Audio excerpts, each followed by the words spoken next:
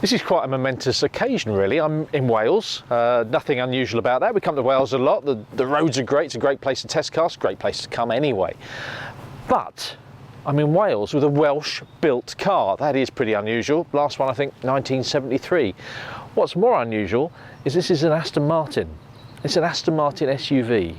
It's the Aston Martin DBX, quite an important car given the troubles and strifes that Aston Martin has been going through pretty much throughout its entire existence.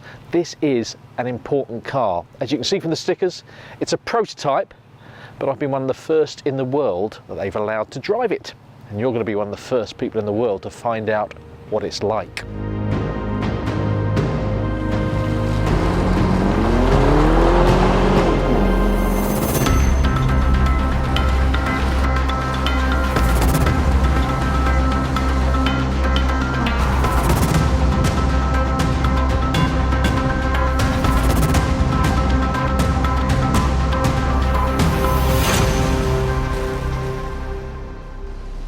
So this is a prototype car. We need to be very clear about that. There's some electronic gubbins down there that I've no idea what it's doing, but probably keeping tracks of every single thing I do. But there's lots that I'm already impressed about with this car inside. Let's talk about the non-sexy bits, the important bits though.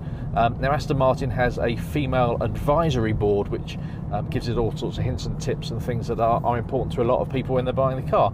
And there are little things that I really like.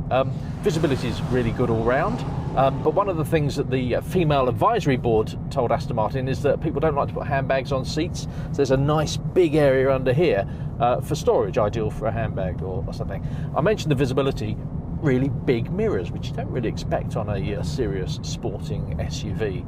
And you can see the front of the car quite nicely. It's very comfortable, the driving position's good, all the controls are pretty good. You'll be used to this if you've sat in an Aston Martin before. You've got the button to start the car and the buttons to select the gear, park, reverse, neutral, drive, fully automatic 8-speed, obviously.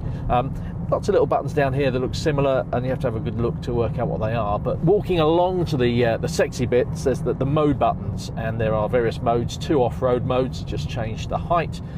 2 sport modes that change the height also, take you down a little bit, and also change the various electronic gubbins underneath the car, of which there are many that make this car drive so well. And also an individual mode, which I would use frankly just to set up all the sporty stuff, so the engine, the gearbox, the steering, but maybe not stiffening the ride. That's how I would like it. But okay, let's just do this.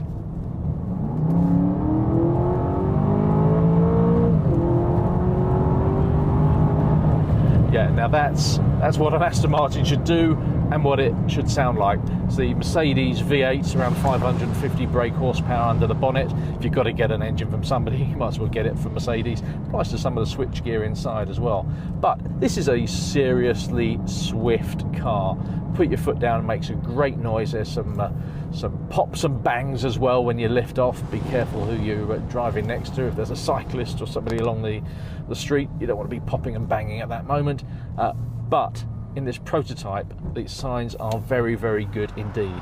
I understand there's still a few bits of work that need to be done around the front suspension, but one of the things I like about this car, it doesn't exactly glide over bumps, but it kind of. Well, I was talking to Matt Becker, who's Aston Martin's esteemed chief engineer, and he talks about disturbance. And you kind of know what you're going over. There's plenty of communication about the ride, but you kind of think, that's going to be uncomfortable. Like a few little bumps I've just been over there.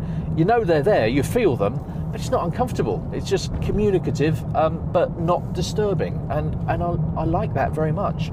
And although this car isn't 100% perfect, Matt reckoned around 80% there, it already feels pretty damn good.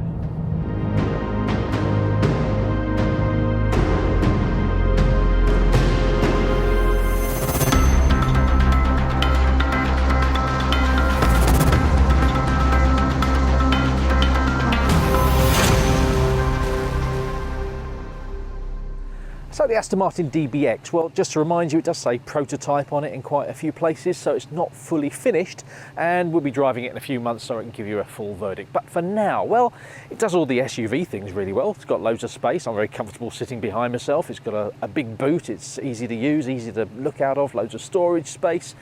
It does the Aston Martin things really well. It sounds great. It drives in a way that seems to defy physics. It's more like a fast estate than an SUV car. Don't body roll.